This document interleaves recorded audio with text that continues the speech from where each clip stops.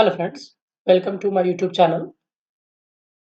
Today we are going to discuss about a new topic called functional group.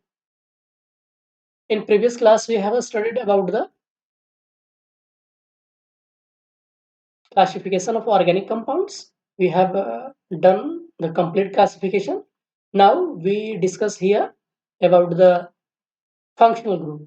दोस्तों आज हम पढ़ेंगे functional group के बारे में। हमने पिछली क्लास में देखा था ऑर्गेनिक कंपाउंड्स का क्लासिफिकेशन क्या हो कैसे हो कितने वर्गों में बांटा गया है, कितने भागों में बांटा गया है ऑर्गेनिक कंपाउंड्स को, और हमने उसके सारे एग्जांपल्स भी देखे थे। जिन लोगों ने अगर वो वीडियो नहीं देखा है तो पहले प्लीज जाकर वो वीडियो हमारा देखिए। आपको क्लास 11th केमिस्ट्री के वीडियो सीरीज में वो आपको वीडियो मिल जाएगी। चलिए हम आगे बढ़ते हैं आज के अपने इस वीडियो में। तो दोस्तों फंक्शनल ग्रुप क्या होता है? कई सारे बच्चों की ये समस्याएं रहती हैं। हमारे पास कई सारे हम देखते हैं कि कई बच्चों को फंक्शनल ग्रुप पहचानने में प्रॉब्लम होती है, उसके स्ट्रक्चर लिखने में प्रॉब्लम होती है। आपको कभी-कभी समझ में नहीं आता है कि कौन सा फंक्शनल ग्रुप है इस कंपाउंड में। अगर फंक्शनल ग्रुप कभी-कभी आप ये देखते होंगे कि बॉन्ड अगर डबल बॉन्ड किसी और कंपाउंड्स के साथ किसी और एलिमेंट के साथ डबल बॉन्ड बन जाता है, ट्रिपल बॉन्ड बन जाता है, तो वो कुछ और फंक्शनल ग्रुप हो जाते हैं। फिर उसकी कैरेक्टरिस्टिक प्रॉपर्टी चेंज हो जाती है।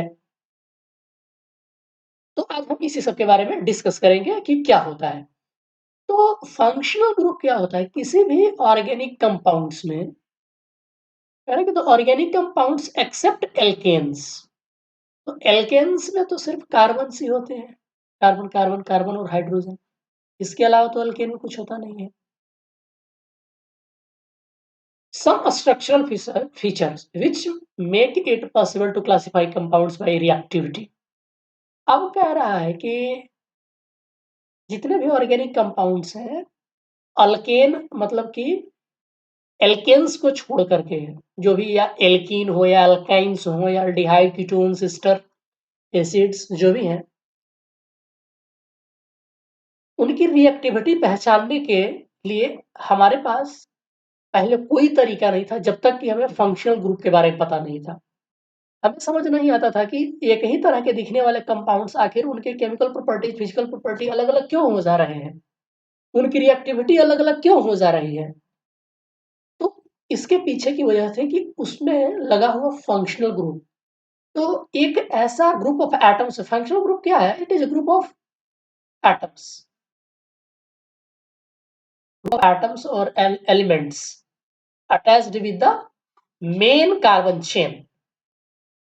तो फंक्शनल ग्रुप क्या है? एक ग्रुप ऑफ एटम्स या मॉलिक्यूल्स है जो कि मेन कार्बन चेन के साथ अटैच रहता है, और इसकी उपस्थिति से उस कंपाउंड का completely behaviour, reactivity, physical property, chemical property बिल्कुल सब सारे के सारे चेंज हो जाते हैं।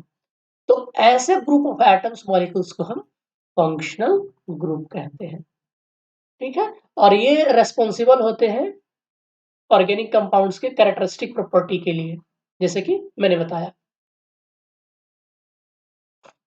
तो इसका प्रॉपर डेफिनेशन आप कैसे दे सकते हैं?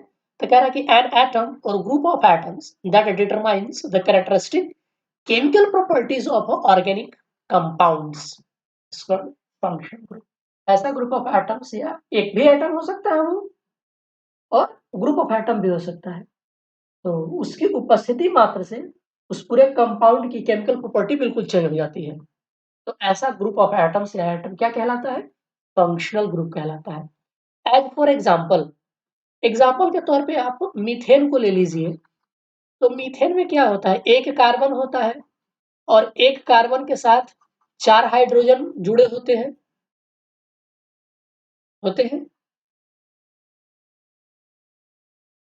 एक आप इथेन ले लीजिए, मीथेन को रहने क्योंकि एल्केन को छोड़ करके इथेन ले लीजिए, सॉरी एथीन ले लीजिए आप। पहले हम इथेन पे बात कर लेते हैं, उसके बाद हम एथीन पे आएंगे। तो इथेन में क्या है? एक हाइड्रोजन, एक कार्बन के साथ 2 कार्बन है, प्रत्येक कार्बन के साथ 3-3 हाइड्रोजन जुड़े हुए हैं। अब फंक्शनल ग्रुप यहाँ बनते कैसे हैं? अब क्या करिए कि 2 कार्बन को यहाँ से हटा दीजिए किसी कारणवश, कोई केमिकल रिएक्शन होगा, अब ऐसे तो हटा नहीं सकते। आपको एनर्जी लगती है बॉन्ड तोड़ने में और नया बॉन्ड फॉर्मेशन के लिए। तो एक अलग तरीके का कंपाउंड बनेगा जहां कार्बन कार्बन के बीच जब डबल बॉन्ड होगा।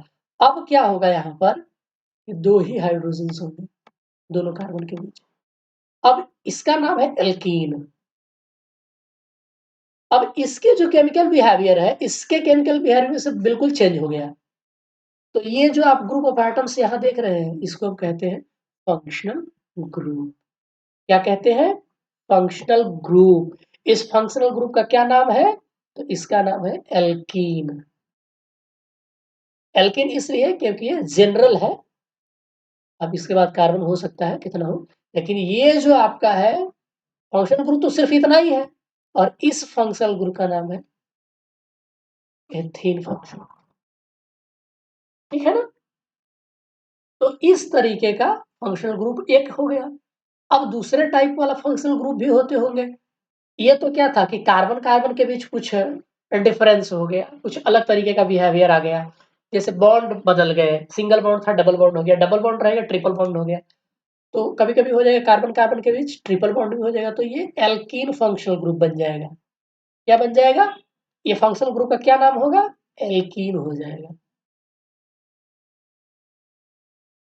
अब क्या होगा कि कभी कभी ये तो कार्बन कार्बन के बीच था, कभी कभी कार्बन के नहीं रहेगा। अब सपोज करिए कि ये मीथेन है, मतलब एक कार्बन के साथ 4 हाइड्रोजन है।